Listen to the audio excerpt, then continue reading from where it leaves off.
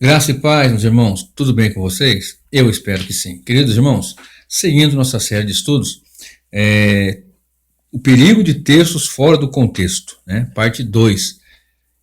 Nessa parte 2 eu quero apresentar 5 textos. Vou ver se o tempo permite, que o quinto dessa série, aqui nesses 5 agora, vai ser um pouquinho mais extenso. E para o nosso texto base vai ser 1 Pedro, parte A, 1 Pedro 4:11, a parte A, que diz: se alguém falar, fale segundo as palavras de Deus. Né? Expliquei um pouco mais no primeiro vídeo o que quer dizer isto. Se vamos falar, se vamos administrar, se vamos exercer na casa do Senhor, no trabalho do Senhor, alguma coisa deve ser segundo aquilo que Deus determinou na sua santa palavra. E o primeiro dessa série aqui é um pedido do meu amigo pastor Cleilson Trindade, lá de Vilhena, na cidade de Vilhena, em Rondônia. Um amigo em comum, um amigo que eu tenho com alguns irmãos em Cristo também, ali de Minas, né? O pai dele mora em Minas, BH, os seus irmãos. Estive lá, não me recordo se ano passado ou retrasado, estive lá, foi uma benção, foi muitíssimo bem recebido. Um grande abraço para os irmãos lá de BH também, ali as cercanias também. E preguei acho que em três congregações, né? Lá no pastor Márcio também, foi uma benção. E ele pediu, eu pedi para alguns irmãos, né, enviar seus pedidos e tal, e ele enviou aqui o Mateus 7, versículo 1, famoso: não julgueis, para que não sejais julgados. Então, quer dizer que se você fizer qualquer coisa, você não deve julgar. É o que as pessoas ensinam com esse texto. Não deve julgar se o irmão está pulando, rodopiando, caindo por cima das pessoas, se está fazendo uma extrapolia, se está fazendo uma coisa que ninguém faz, ninguém vê. Na Bíblia nunca teve questão histórica, questão na igreja primitiva, nunca teve. Mas esse irmão, então, ele é ungido de Deus, ele tem uma unção diferente, né? Essa invenção também é uma falácia. E aí começa, não julgar. Não é isso, irmão. Esse não julgueis de Mateus 7, versículo 1, é na medida da nossa hipocrisia. É a mesma situação em que você tem uma trave no seu olho e quer julgar o irmão, quer corrigir o irmão que tem um cisco no olho. O irmão tem um cisco no olho e nós temos uma trave no olho.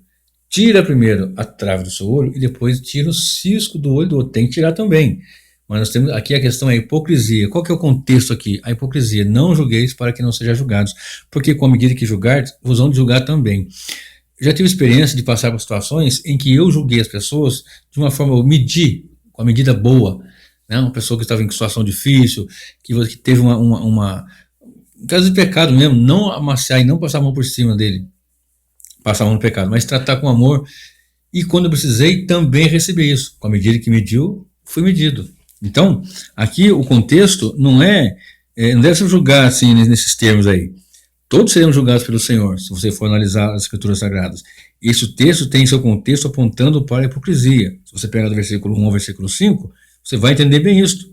Lá em João capítulo 7, versículo 24, está escrito assim: não julgueis segundo a aparência, mas julgai segundo a reta justiça. Não julga segundo a aparência, o que está aparecendo, mas julgue segundo a reta justiça. Aqui está a reta justiça. Então, se você tem um conhecimento doutrinário teológico coerente, correto, você consegue julgar a situação. É isto. Ponto. Não é essa questão aí que as pessoas falam, não pode julgar. Mas, irmão, ele tá profetizando, ele esse vestido de preto, com um turbante branco, é unção dele, irmão. Está na Escritura isto? Tem isso claro como doutrina? Não. Então esquece, irmão. Para de falar bobagem. Segundo, Salmo 23, versículo 1. Minha esposa que fez esse pedido. O Senhor é o meu pastor, nada me faltará. Minha esposa tem nome, né? Laodiceia Morgado. Nada vai faltar para um crente, então. É o que muitos pensam. Eu estou com uma machucadinha aqui por causa do aparelho, irmãos, mas vocês imaginam como está doendo isso. Estou gravando pela misericórdia de Deus mesmo. Ah, Senhor. O Senhor é meu pastor, nada me faltará. Então quer dizer que se é crente, não pode faltar nada. E se está faltando, é porque o Senhor não é o pastor dele. Então essa é uma premissa muito equivocada. O que está dizendo aqui, o salmista está dizendo, o Senhor é meu pastor, e o original quer dizer, o Senhor é o meu pastor e dele não tenho falta. E se eu não tenho falta de Deus, nada me falta. Porque se eu tenho Deus, eu tenho provedor de tudo que eu precisar. Esse oxigênio que estão respirando aqui agora, nesse momento que eu estou falando, que você me ouve aí, provisão de Deus. A luz, a água, o som, a vida, tudo é provisão de Deus. Então, o ser meu pastor não quer dizer que você não vai ter dificuldades. Você vai observar na leitura do texto, dizendo que a bondade e a misericórdia me seguirão todos os dias da minha vida. Ainda que eu andasse pelo vale da sombra da morte, pode ocorrer o vale da sombra da morte. Não temeria mal algum, porque tu estás comigo. O Senhor me guarda, a tua vara e o teu cajado me consolam. Ele corrige, ele instrui, ele orienta. Então, o Senhor é o meu pastor e dele eu não tenho falta. Amém? Um terceiro texto já é um pedido do irmão Sandro, também de Vilhena. Eu acho que ele me mudou para outro lugar.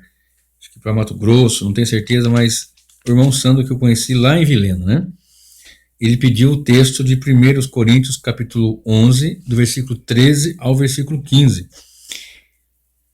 Naquela questão se a mulher precisa e deve usar véu no culto, para profetizar, para orar, para cultuar o Senhor. É necessário que a mulher use o véu? Faz parte do culto cristão que a mulher use véu? Então vamos ver. Vamos ver aqui o versículo 13 diz assim: julgai entre vós mesmos. Então tem aqui um ponto cultural, né? Dos coríntios. É decente que a mulher olhe a Deus descoberta, ou seja, sem o véu? Verso 14. Ou não vos ensina a mesma natureza que é desonra para o homem ter cabelo crescido? Crescido como? Como o de mulher. Porque tem homem que tem cabelo comprido, mas o seu modelo não é como o de mulher. Guarda isso. Mas ter a mulher cabelo crescido lhe é honroso. Na cultura de Corinto, vou explicar aqui sobre as prostitutas e tal. Então nós temos que observar aqui. É um princípio moral e eterno ou é um princípio circunstancial? O que acontecia em Corinto? Bom, primeiro que não é necessário que a mulher use véu. Você não encontra outras passagens citando essa situação, explicando sobre isso. Quando você for estudar a doutrina, você tem que ver se essa doutrina está corroborada em outras passagens, seja no Antigo ou no Novo Testamento, alinhadas coerentemente com o texto maior, com a hermenêutica bíblica. Esse texto é tratado só aqui em Corinto. Por quê? Porque havia uma questão cultural. Corinto, a cidade de Corinto, na região da Arcaia, ela era a principal cidade da região da Arcaia. É só você imaginar, por exemplo, minha região aqui, o Vale do Paraíba. Qual que é a principal cidade do Vale do Paraíba? São José dos Campos. A maior, a mais rica, a mais imponente, a mais importante, etc. e tal. Um quesito financeiro, econômico e tal, né? E também cultural.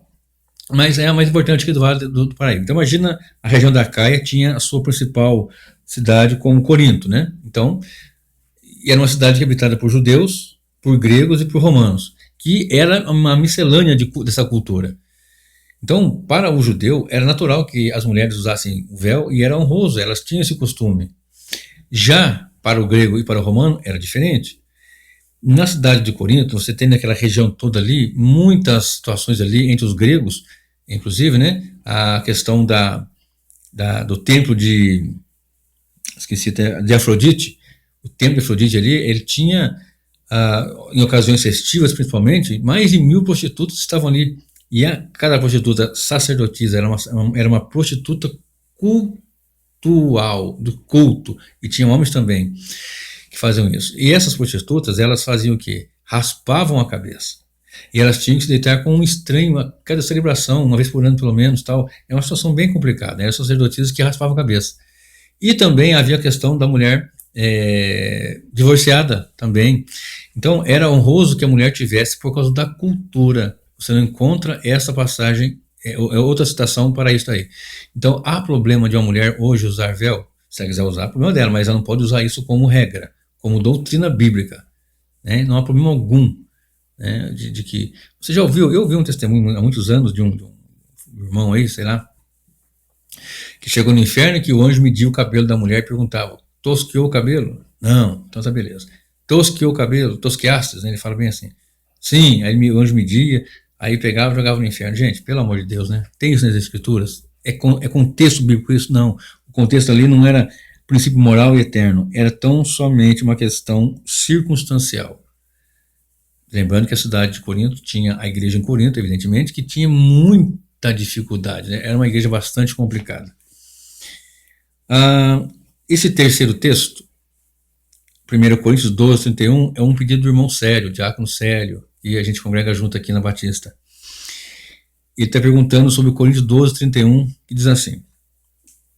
Perguntando não, né? Ele apresentou um texto que as pessoas apresentam sempre fora do contexto e trazem muitas confusões. Então esse aqui de 1 Coríntios 12, 31 diz assim: portanto, procurai com zelo os melhores dons, e eu vos mostrarei um caminho mais excelente. Ele só pediu o versículo 31. Então, eu imagino que as pessoas ficam citando um caminho mais excelente e os melhores dons, né? Quais são esses melhores dons e qual é o caminho mais excelente? Melhores dons para exibicionismo. Observa, o versículo 25 diz que não deve haver divisão no corpo, sempre levando em conta a unidade da igreja, sempre levando em conta o benefício que esse dom vai ter para a comunidade, não para o indivíduo em particular. Os dons são para serviço comunitário, não para aplausos, exibições, como nós já vemos e estamos vendo muito por aí, né? Exibições de maneira que fica uma coisa absurda, uma aberração até. Então os dons, fulano tem o dom da revelação, da visão, do raio-x, e coloca um cartaz assim, um banner na porta dos cultos da igreja, vai ter culto. Hoje vai estar conosco o fulano de tal, o homem que tem a visão de raio-x, o homem que enxerga o presente, passado e futuro, o homem que não sei o que. Isso é uma baboseira que não tem quantia. O único que pode saber as coisas é Deus, o Senhor, e mas Deus vai revelar ele. Então, né? Aí você chega lá, o cara revela a placa do carro, revela o RG, e a placa do carro você sabe, se é RG você sabe, irmão. As escrituras são a revelação de Deus para nossas vidas. Ponto. Então, quais são os melhores dons? E qual o melhor caminho? Dons sempre para edificação da igreja. Os dons são sempre para edificar a igreja. Qual o dom que Deus te deu? Um outro dia eu gravo um vídeo só sobre os dons aqui, aquela lista de dons, né? As 3 listas principais de dons. Outro dia, se Deus permitir, eu gravo ele. Dons sempre para edificar a igreja. E qual é o melhor caminho? O caminho melhor é o caminho do amor. Aí você chega no Coríntios 13, versículo 1, ele continua, porque nós separamos a Bíblia, né? Alguém teve uma ideia que até é boa, né? Mas se você observar, é uma carta, é uma epístola. O capítulo 12 está seguindo. Então nós temos o 12 que fecha. E eu lhe mostraria um caminho mais excelente. No capítulo 13, versículo 1 diz, sobre o amor, né? Se eu falasse as línguas, ainda que eu falasse a língua dos anjos e dos homens, não tivesse amor, etc e tal, aí vai seguindo. Qual é o caminho mais excelente? O caminho do amor. Quais os melhores dons? Que vão edificar o corpo, vai edificar a igreja. Edificação comunitária. Esse pedido agora aqui, o quarto e o quinto, é do mesmo irmão. O irmão Rondinelli, lá de São José dos Campos, da Igreja Cristã Eleitos de Deus, né? Meu amigo pastor Adilson. O irmão Rondinelli pediu sobre Mateus 3, verso 11, que diz assim: e eu, na verdade, vos batizo com água para o arrependimento, mas aquele que vem após mim é mais poderoso do que eu, cujas sandálias não sou digno de levar. Ele vos batizará com o Espírito Santo e com fogo. Qual que é o erro aqui? O fogo como sinal de poder. Esse é o erro do povo. Não, batido com o Espírito Santo é o Espírito de Deus que vem, fala língua estranha, o fogo é o poder. Mas aqui, o contexto não está falando isso. O contexto vai dar razão, sentido ao texto.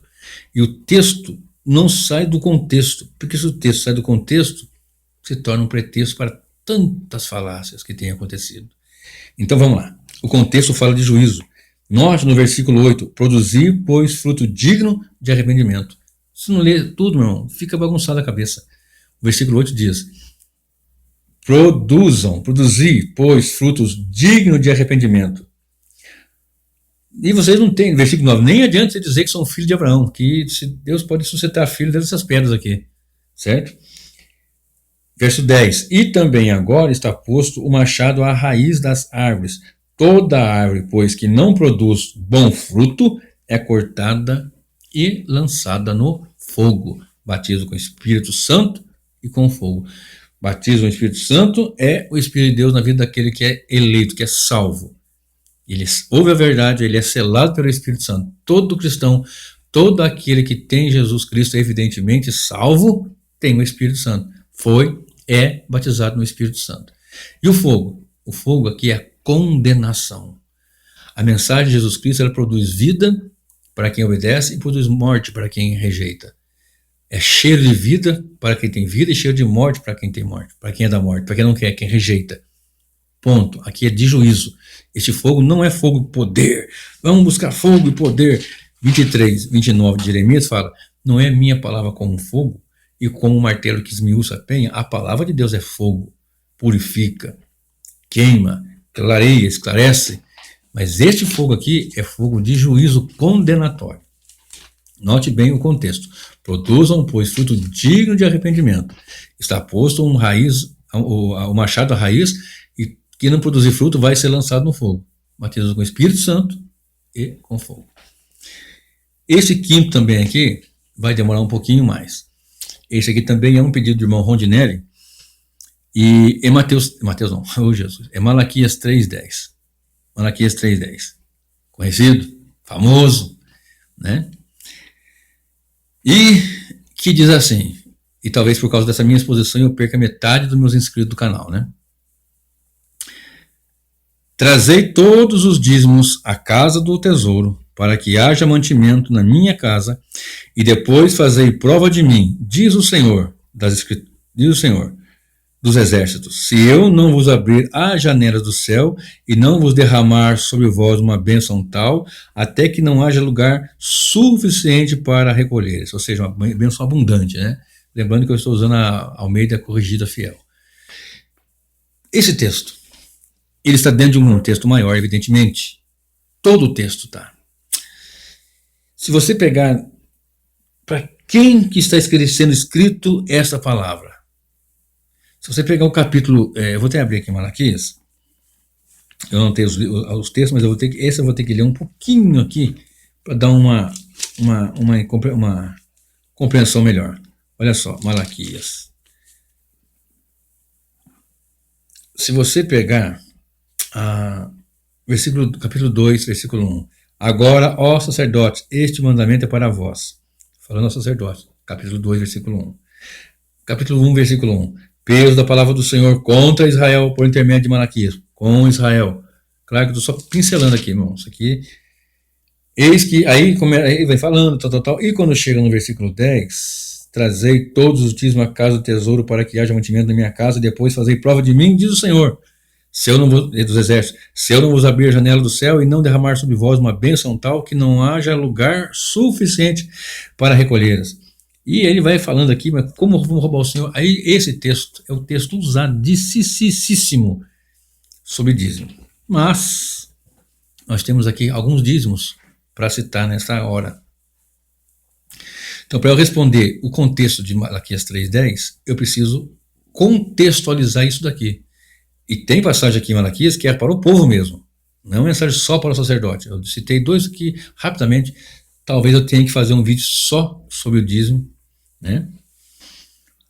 E então, vamos lá. Alguns dízimos aqui eu vou apresentar, tá?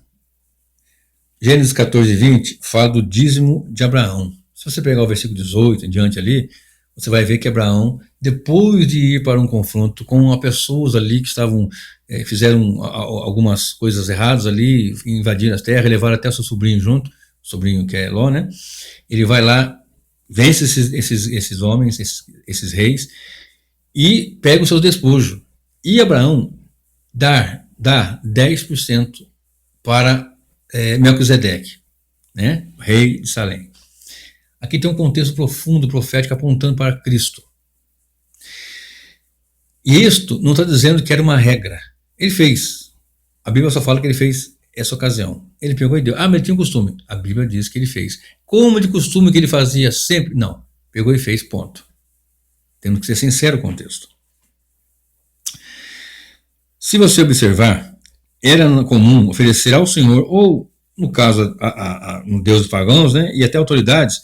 Então havia outras culturas também, como os gregos, os romanos, os cartagenses e os árabes, entre outros, que também tinham esse costume de ofertar uma 10ª parte daquilo que conquistava e tal, etc., em gratidão Ponto.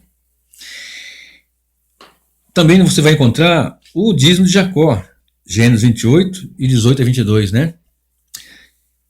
E neto de Abraão, ele fugindo do seu irmão, naquela situação toda, ele disse: se o Senhor me abençoar na minha caminhada, me der pão para comer, me der água para beber, me der suprimento e tal, eu vou dar o dízimo de tudo ao Senhor.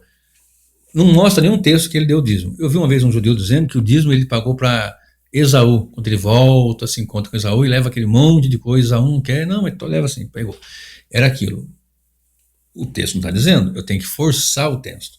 Não é nem inferência. Eu tenho que forçar na barra mesmo. Essa é uma grande dificuldade. Vamos lá.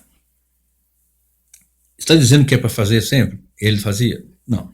Ele deu e pronto. Mas nós temos alguns outros dízimos aqui, e agora eu vou entrar aqui no dízimo dos levitas. Números 18 e 21. Vamos agora abrir a Bíblia aqui e vamos ler aqui em Números 18, 21 até o 24. 18, de 21 a 24. Deixa eu ler para vocês aqui. E eis que aos filhos de Levi tenho dado todos os dízimos em Israel por herança, pelo ministério que executam, o ministério da tenda da congregação. E nunca mais os filhos de Israel se chegarão à tenda da congregação, para que não levem sobre si o pecado e morram. Mas os levitas executarão o ministério da tenda da congregação, e eles levarão sobre si a sua iniquidade. Pelas vossas gerações, estatuto perpétuo será no meio dos filhos de Israel, nenhuma herança terão. Eles vão ter herança. Porque os dízimos dos filhos de Israel, que oferecem ao Senhor em oferta alçada, tenho dado por herança aos levitas, porquanto eu lhes disse, no meio dos filhos de Israel, nenhuma herança terão. Então havia aqui o dízimo que era oferecido para os levitas, para a tribo de Levi. Então os filhos de Israel produziam no campo trigo, cevada, sei lá, milho, romã, enfim, figo. 10% era levado para o levita no tabernáculo aqui na situação e depois no templo. Então era entregue para os filhos de Israel. Eles não iam ter herança, eles não tinham herança, posse, terra, eles eram sustentados para o serviço ministerial pelos dízimos do povo, dos filhos de Israel. Ponto. Também havia o dízimo dos dízimos. Números 18, 26 a 28. Também falarás aos levitas, 26 a 28, isso mesmo. Também falará aos levitas e dir-lhe-ás, quando receberdes os dízimos dos filhos de Israel, que eu deles vos tenho dado por vossa herança, deles oferecereis uma oferta alçada ao Senhor, os dízimos dos dízimos. Então, do que eles recebiam 10%, eles davam 10% para o Senhor. Vou explicar daqui a pouquinho mais isso. E contar-se-vos-á a vossa oferta alçada como grão da ira e como plenitude do lagar, né, do produto do fruto da vide, né, do lagar e tal. Assim também oferecereis ao Senhor uma oferta alçada de todos os vossos dízimos que receberdes dos filhos de Israel, e deles dareis a oferta alçada do Senhor a Arão, o sacerdote. Então os filhos de Israel traziam o dízimo do produto da terra aos filhos aos levitas, que também tinham sacerdote, evidentemente, e eles davam desse dízimo uma 10ª ao sacerdote, tá? Aos filhos de Abraão, né, que estava ministrando o sacerdócio. Se você ler lá em Neemias 10, 38, vou ler aqui rapidinho, está ficando um pouco mais extenso esse vídeo, mas vamos lá. Neemias 10 e 38, deixa eu achar aqui, Neemias 10, só para nós lembrarmos aqui. 38, olha o que diz. E que o sacerdote, filho de Arão, estaria com os levitas quando os levitas recebessem os dízimos, e que os levitas trariam os dízimos dos dízimos à casa do nosso Deus, às câmaras da casa do tesouro. Aqui tem um princípio também, né, do sacerdote, ele tinha um salário, digamos assim, dobrado e tal, maior, né? São princípios aqui, mas tem aqui. Então, o dízimo dos levitas, o dízimo dos dízimos. Ponto. Já citei 4 dízimos aqui, né? Citações. O de Abraão, o de Isaac, voluntariamente. O dízimo aqui de agora, que eu estou dizendo, já era uma lei, já estava na lei, certo? Tinha o dízimo e o dízimo do dízimo.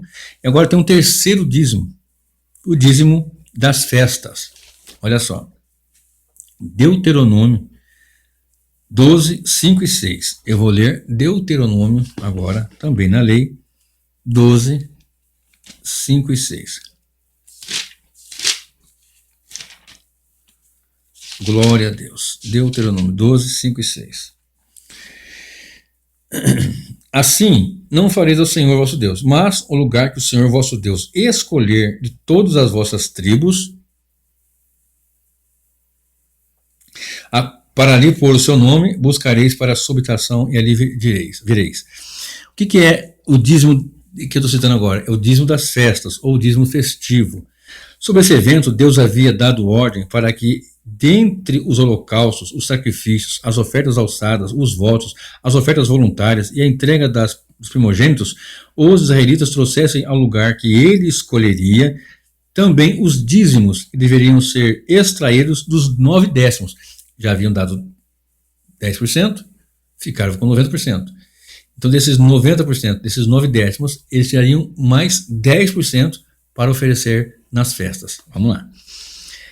Né? Trouxessem no lugar santo, ele escolheria também os dízimos que deveriam ser extraídos dos 9 décimos restantes da produção do povo, já que eles deveriam entregar aos levitas 1/10 de suas colheitas, frutas e animais dos rebanhos. Nesse lugar que Deus, à época, iria escolher, ou seja, posteriormente Jerusalém, o povo de Israel deveria comer esse dízimo perante o Senhor e se alegrar em sua presença, celebrando as coisas de maneira festiva. Então, havia algumas festas em Israel, festas fixas, né, do Tabernáculo, a Páscoa, Pentecostes, entre outras. Então, eles tinham que contribuir para festas. Eles tiravam 10%, dos 10%, tiravam outros 10% separados para festas, né, em Israel. E este dízimo era para eles comer e se fartarem, não é para ficar em casa, é para festejar, para congregar, para comungar. Não vai comer em qualquer lugar, não. Vamos ler aqui, ó. Deuteronômio 12, 11 e 12. Aqui pertinho. 12, 11 e 12. Então haverá um lugar que escolherá o Senhor vosso Deus para ali fazer habitar o seu nome. Ali trareis tudo o que vos ordeno, os vossos holocaustos e os vossos sacrifícios e os vossos dízimos e a oferta alçada da vossa mão e toda a escolha dos vossos votos que fizerdes ao Senhor. E vos alegrareis perante o Senhor vosso Deus, vós e vossos filhos e vossas filhas, e os vossos servos e as vossas servas, e o levita que está dentro das vossas portas, pois convosco não tem parte nem herança. Vamos fazer uma festa e vamos trazer 10% dos 90% que você ficou, vai trazer para cá, para celebrar, para festejar e para comer, junto com o levita, e vamos celebrar e vamos festejar. O levita não tem herança, mas nas festas vamos juntar tudo aqui, e dos 90% que sobrou, 90% é a parte sua, né? 10% na lei era do Senhor, ofertando ali, para o levita mais 10%, oferta dos dízimos, e a cada festa eles tinham que trazer 10%. Né? 10% deles seriam para festas. Né? Então, as festas ocorriam ali, eles tinham que trazer, e era com alegria. Você leu que tem oferta alçada junto com o dízimo aqui? As ofertas alçadas, os dízimos. Então não era para ir com miséria, era para ir com muita alegria, com muita abundância. Né? Em outro vídeo eu gravo com mais detalhes, não dá tempo de dar mais detalhes aqui nesse vídeo, está ficando extenso já. Então, havia, então, como eu falei, as festas fixas. Se você, um dia eu vi um irmão fazendo um cálculo, achei interessante, dá em torno de 23%, mais ou menos, da renda total de cada indivíduo que produzia para tudo que é do Senhor. Não era 10% fixo, não. Eram 10%, 10% e 10% para o sacerdote, 10% dos 90% para as festas, e a cada 3 anos tinha o dízimo trienal. O dízimo de 3 em 3 anos. Já é um outro dízimo. Por isso que foi que dava um cálculo de uns 23%, mais ou menos ali e tal. Olha bem, Deuteronômio 14, 28 e 29. Deuteronômio 14 diz assim, 28 e 29. Ao fim de 3 anos tirará tirarás todos os dízimos da tua colheita no mesmo ano, e os recolherás dentro das tuas portas. Então virá o levita, pois nem parte nem herança tem contigo, e o estrangeiro, e o órfão, e a viúva, que estão dentro das tuas portas, e comerão e fartar-se-ão, para que o Senhor teu Deus te abençoe em toda obra que as tuas mãos fizerem. Aqui já é um outro dízimo, a cada 3 anos. Então vamos lá. Ao fim de 3 anos, tirarás todos os dízimos. Então veja bem, essa contribuição caridosa, né, de caridade, caridosa, era realizada de 3 em 3 anos, era chamada de Ano dos Dízimos. Nós vemos ali, não foi? Ano dos Dízimos. Né? Aqui, vamos ler aqui, 26:12. Vamos ler aqui, 26:12 de Deuteronômio. Deixa eu ler aqui rapidamente. 26:12. Quando acabar de separar todos os dízimos da tua colheita no ano terceiro, que é o ano dos dízimos, então os darás ao levita, ao estrangeiro, ao órfão e à viúva, para que comam dentro das tuas portas e se fartem. Está vendo um outro dízimo aqui? 3 em 3 anos. Então, isso daqui era um mandamento divino, que trazia consigo grandíssimas promessas de Deus. Né? Se você observar o versículo 13, versículo 14, aqui mesmo, diz assim, versículo 13, e dirás perante o Senhor teu Deus, tirei da minha casa as coisas consagradas e as dei também ao levita, ao estrangeiro, ao órfão, à viúva, conforme todos os mandamentos que me tens ordenado. Não transgredi os teus mandamentos, nem dele me esqueci. Deixa eu pular aqui para frente, aqui, ó. Verso 16. Nesse dia o Senhor teu Deus te mandar cumprir esses estatutos e juízos, guarda-os, pois cumpre-os com todo o teu coração e com toda a tua alma. Hoje declaraste ao Senhor que ele te será por Deus, e que andarás nos seus caminhos e guardarás os seus estatutos, os seus mandamentos, os seus juízos, e darás ouvido a ele. Aí ele vai dizer que vai abençoar, etc. e tal e tal. Então, não é só um dízimo aqui, é um dízimo de 10%. Você notou que o dízimo era tirado do produto da terra? Das uvas, do trigo, das ovelhas, da cabra. Só que também tinha as pessoas que produziam outras coisas, por exemplo, o que fazia roupa, o que fazia móveis, o que fazia... Como é que resolve isso? Um outro dia, num outro vídeo, a gente explica. Quero parar por aqui para não ficar muito extenso esse vídeo que já está ficando. O que acontece? E o dízimo no Novo Testamento? Bom, agora a coisa vai ficar um pouquinho mais apertada. Eu citei aqui alguns tipos de dízimo. O de Abraão e de Jacó, que foram voluntários, não tinha lei ainda. Depois Deus estabelece na lei. Então o dízimo é antes da lei, durante da lei e depois da lei. Vamos ver isso daí. Na lei tinha uma especificidade para o dízimo.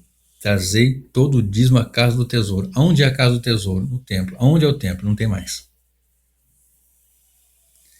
Mas tipologicamente, bom, se a gente for forçar a barra, a gente pega 5 pedras, como já falaram, né? 5 pedras que Davi pegou. Uma pedra é J, outra pedra é S, outra pedra... Ou então uma pedra é maravilhoso, conselheiro, Deus forte. Não, pedra, 5 pedras e pronto. Falar além do que está dizendo, ir além da escritura é uma ordenança que Paulo diz, ó, não vá além do que está escrito. O que está escrito? Trazei todos os dízimos, porque eram vários dízimos. Citei aqui. Para casa o tesouro para que haja mantimento, então o Senhor vai abrir a janela do céu. Que janela? Chuva, pelo amor de Deus. De maneira que vai ter bênção, vai produzir a terra. Ele vai repreender o gafanhoto, o devorador. Não é um demônio, como muito fala aí. Você sabe que isso aqui é muito sério, porque tem muitos, mas muitos que já enriqueceram, andam só de carro importado, de avião, tem até jatinho, em cima de dízimo. Em cima de dízimo. Eu não sou dizimista, faz muito tempo. Não sou munheca e nem miserável também, graças a Deus. Né? Já cheguei a contribuir. Estou só comentando aqui porque eu estou falando que eu sou dizimista, não dá a impressão que eu sou munheca. Né? Vou lá, faço minhas ofertas. Você tem a sua programação de missões? Tem que fazer. Vou explicar aqui rapidamente, só um pouquinho aqui. Mas tem um cartãozinho que na igreja põe lá. Eu ponho minha oferta lá, e eu sei o quanto estou pondo, eu sei o quanto eu posso e quero fazer até mais, mas existe muitas situações que você tem que pensar o seguinte: o dízimo é evangélico, cristão ou é bíblico? O dízimo é bíblico, porém não é cristão. Mas espera aí, irmão, está escrito lá, está escrito Malaquias 3:10. Ah, estava na lei, mas aí, não estamos na lei mais? Eu tenho uma mensagem minha sobre essa questão da lei, né? Continuamos tendo lei ainda. A lei ainda vigora. A lei vigora. A lei, toda ela é moral, né? Não tem moral nem é moral. Mas a lei cerimonial e ritualística caiu, mas Deus aboliu, mas a lei moral continua, vamos falar assim. Mas e agora? Como é que nós vamos entender essa questão do dízimo? Mas, pastor, eu sou dizimista há tantos anos. Eu também fui, assim, desse padrãozinho de 10%, mas você pode contribuir com mais de 10%, até porque o que eles contribuíram é mais que 10%. Eu sempre contribuí com mais que 10%, essa é a grande verdade. Né? Então você pode contribuir com mais de 10%, vai. A sua igreja tem um programa, é uma igreja reformada, com tudo, mas tem uma programação, bom, temos que pagar aluguel, ou tem que manter o templo, o espaço que nós nos congregamos, que tem ar-condicionado, que tem água, que tem ventilador, que tem que trocar uma porta, tem uma maçaneta, tem que comprar material de limpeza. De repente, dependendo do tamanho do espaço tal, e das condições, tem que pagar uma pessoa para limpar, né, um pedreiro para arrumar um telhado. Então tem que ter gasto. Você quer ter um conforto de um banco macio, um estofado, quer uma aguinha geladinha lá? Então tem que ter, isso tem gasto. Então você vai contribuir com amor e com generosidade. Mas o maior investimento no reino é missões. Vou falar já já. Para esclarecermos a passagem, precisamos fazer algumas perguntas. Jesus era judeu? Sim. Os escribas e fariseus também o eram? Sim. Para Jesus, o que era mais importante? Os dízimos da hortelã, do heno, do cominho ou o juízo, a misericórdia e a fé? Citando ali Mateus 23, eu vou falar já já. Sem dúvida, o juízo, a misericórdia e a fé eram mais importantes. Segundo os mestres, esses mestres, né, eram mais importantes esses dízimos, né, da folhinha, porque eles dizimavam, não, o judeu ele foi levando, distanciando-se da verdade da lei e foi acrescentando coisas, então eles dizimavam do coentro, do endo, do cheiro verde. Então um galinho de cheiro verde tem 10 folhinhas, e tirava uma folhinha e dava uma folhinha. Ah, tem o galinho sei lá, de arruda, exemplo, né? Aquela arrudinha, vai lá, tira o alecrim, vai lá, tem 10 aqui, vou tirar um, é 9, tá certo? Sabe? Coisa meticulosa assim, então tem que ser. Só que eles fechavam a porta do reino, não entravam, não deixavam ninguém entrar, nem com o dedinho ajudavam, punha cargas e mais cargas, não deixavam entrar. Enrolavam o povo, mentiam para o povo, enganavam o povo. E não era apresentado ali ao culto como deveria ser. Igual muitos fazem hoje. Essas igrejas malucas aí, elas fazem um culto a Deus? Não, filho. Simplesmente não. Simplesmente não. Ah, pastor, eu estou acostumado há 30 anos, eu dou 10%, continua, irmão. Fique em paz. Mas não queira que outro faça porque você faz. Não coloque isso como lei. Eu vou explicar isso já já. Porque se você não tiver prazer em contribuir financeiramente para as coisas do reino de Deus, que tipo de cristão nós somos? A gente investe nosso tempo, nossas orações e nosso dinheiro também. Tem muitos lugares que não foram alcançados porque nós somos miseráveis, não ofertamos. Essa é a verdade. Né? E justamente uns não ofertam por causa dos picaretas, mas eu não posso me preocupar com os picaretas nesse sentido. Eu tenho que conhecer o meu trabalho, onde eu congrego. É uma igreja séria, sadia? Tem? Ou esses dízimos que abençoam, que repreendem o devorador é só para o bispo, para o pastor lá, hein? Que os membros estão tudo lascado e ele está de jatinho, de carrão, de relógio de não sei quanto. Inclusive com salários, presidentes daí das igrejas aí, de 50 mil, 30 mil, 100 mil, eu ouvi dizer de 150 mil. Imagina um presidente de uma igreja, mas tem que ser honrado. Meu Deus, aí já não é honrado, aí já é falcatrua, meu amigo. Sinto muito. Você tem coragem de pastorear uma igreja? Não, mas são 150. E quem disse que você tem que criar um império? Por causa do dízimo, irmão, criaram-se impérios. Igrejas imperiosas, impérios. Ele manda, ele desmanda. O presidente manda matar, manda prender, manda soltar, e ele determina quem vai para o céu e quem não vai. E as pessoas ficam sendo oprimidas. Você não deve ser oprimido, você deve ter prazer em contribuir. Deus ama quem contribui com alegria, quem dá com alegria. Né? Quem dá com alegria. A nossa igreja tem um programa. Tem igreja nos Estados Unidos, e na Europa também, que eles fazem um cálculo. Bom, a nossa igreja vai gastar 100 mil nesse ano. Nós temos tantas famílias. Dividida por família, dá tanto por mês para cada família. Cada família que tem seus membros, divide entre os membros da família. Bom, meu filho trabalha, minha esposa trabalha, eu trabalho. Para nós ficou X. Eu vou lá e acerto. Isso é organização, isso é administração. Mas faça com alegria, sabe? Agora, fazer um salário de 100 mil reais, de 50 mil, 30 mil para um pastor, faça-me um favor, num país que nem o Brasil, em que o salário mínimo é 1.000 e qualquer coisa, né? É complicado. é bastante complicado, irmãos, né? Tenho prazer de contribuir, tenho prazer de ofertar. Só comentando, quando estava pastoreando, nas últimas 2 igrejas que pastoreei, eu não tinha salário. Muito pelo contrário, eu era voluntário. Então, se eu não tinha salário, então todo o salário que eu ganhava de pastor que eu não tinha, era uma oferta. Eu voluntário e com alegria e com prazer. Se tivesse condições, receberia com alegria e desde que eu receberia, eu estaria contribuindo também. No primeiro ano, só o 13º eu fui todinho arrumando o carro e ficava puxando os irmãos para o culto, por lá e para cá. É uma oferta. Então não é questão de ser miserável, é questão de ser sincero e coerente com as escrituras. Eu sei que vai sair metade dos inscritos do meu canal. Não sei, né? Estou chutando aqui. Mas estou falando a verdade. Vamos lá. Vamos lá. Em algum momento Jesus ensinou que a prática era obrigatória para os gentios? Não. Estava lidando com judeus ali. Vou chegar nesse texto que você está pensando aí. Espera aí. O que há no Novo Testamento são textos que enfatizam a liberdade cristã, ou seja, a lei da generosidade. Por exemplo, na coleta para os cristãos pobres da Judéia, o apóstolo Paulo orienta aos cristãos coríntios que fossem generosos nos donativos, né? Coríntios 9:7. Quem dá com alegria, Deus ama. Você vai fazer com alegria, com amor. Igreja não é ONG também, viu, irmão? Não é ONG. E você pode ajudar, você pode contribuir com cesta básica, a igreja tem recursos, faz. Mas não é, isso é ser, você vê no Facebook, né? Isso é ser cristão. Aí põe uma fotinha alguém doando no seu trabalho. Não. Ser cristão é ser temente a Deus, crer em Jesus Cristo e viver em comunhão com Cristo e com a igreja. Pregar, louvar, exaltar, agradecer e pregar o evangelho. Dentro do cristianismo, você pode, evidentemente, ajudar os domésticos da fé e, logicamente, aqueles que puderem também. Não é mal nenhum fazer o bem. Mas não é uma ONG. O reino de Deus, a igreja, não é uma ONG. Cesta básica, cadeia de roças, coisas que faz muito o espírita, para que eles ganhem uma salvação. Nós já somos salvos. Então, para as boas obras, podemos fazer isso. Somos salvos por Deus para as boas obras, não pelas boas obras. Vamos lá?